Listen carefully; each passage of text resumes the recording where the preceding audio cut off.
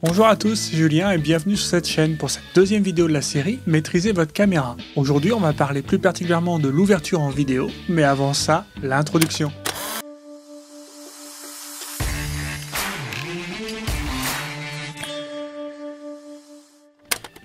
Si vous aimez le monde de la photo et de la vidéo, n'hésitez pas à vous abonner à cette chaîne et à activer la cloche pour ne pas louper les prochaines sorties.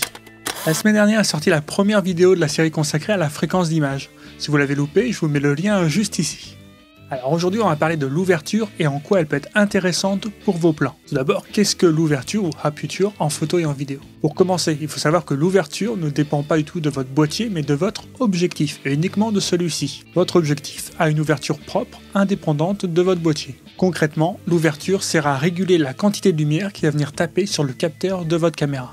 Elle s'exprime en f-stop avec comme principe que plus le chiffre est petit, plus la quantité de lumière qui rentre est grande. Si vous voulez, on peut comparer ça à la pupille d'un œil qui se dilate suivant la lumière présente dans la pièce où vous vous trouvez.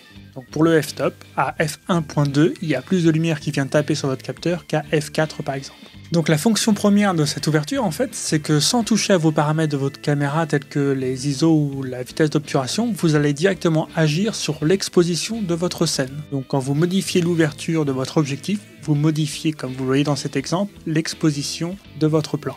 Mais l'ouverture n'a pas d'effet que sur l'exposition, il va aussi modifier votre profondeur de champ. D'un point de vue visuel et concret, la profondeur de champ, ça correspond un petit peu au flou d'arrière-plan derrière votre sujet, par exemple derrière moi. Alors c'est un point très important car depuis quelques années, et surtout sur YouTube, la mode est un flou d'arrière-plan très présent, très marqué et surtout quasiment sur tous les plans. Mais attention, ça ne sert pas toujours votre histoire et c'est ça que vous devez garder en tête. Suivant ce que vous voulez filmer, à vous de décider si l'intérêt doit se porter sur un sujet précis qu'il faut isoler grâce au flou, ou par exemple c'est une scène d'introduction d'un bâtiment ou autre, que tout soit net.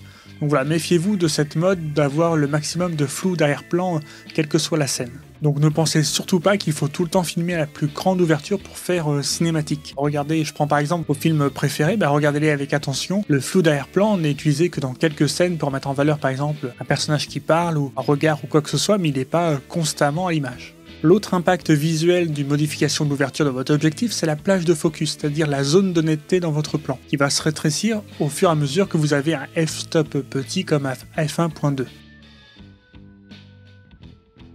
Encore une fois, si vous cédez à filmer à pleine ouverture à f1.2, à f1.8, voilà, vous savez que votre plage de focus est donc très réduite et donc parfois la mise au point manuelle peut être difficile, notamment sur le suivi d'un sujet. De plus, sur un gimbal, la mise au point manuelle n'est pas toujours évidente à faire, donc on va privilégier de filmer à des ouvertures telles qu'à f4 par exemple, pour avoir une plage de focus, une plage de netteté un peu plus grande et du coup avoir plus de facilité à faire notre mise au point lors d'un suivi de sujet par exemple.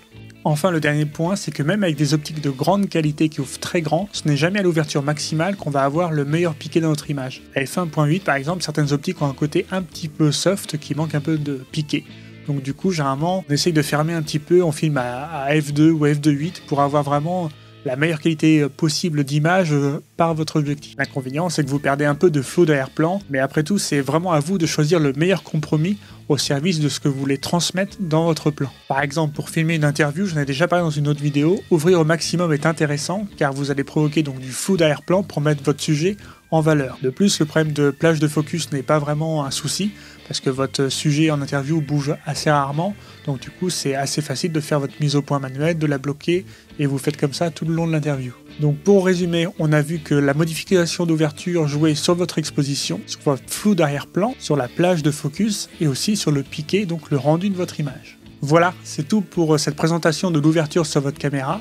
Comme je le dis souvent en commentaire sous les vidéos, l'important c'est vraiment d'expérimenter, donc n'hésitez pas à trouver la moindre occasion pour tester justement ces modifications d'ouverture, puis n'hésitez pas non plus à m'écrire votre ressenti en commentaire sous cette vidéo. D'ailleurs, si vous avez aimé cette vidéo, n'hésitez pas à lâcher un pouce bleu, ça fait toujours plaisir, et si vous n'êtes pas encore abonné à cette chaîne, c'est peut-être la bonne occasion pour ne pas louper les prochaines vidéos sur cette série sur comment maîtriser votre caméra. La semaine prochaine d'ailleurs, on va parler de la vitesse d'obturation. En attendant, prenez soin de vous et à bientôt.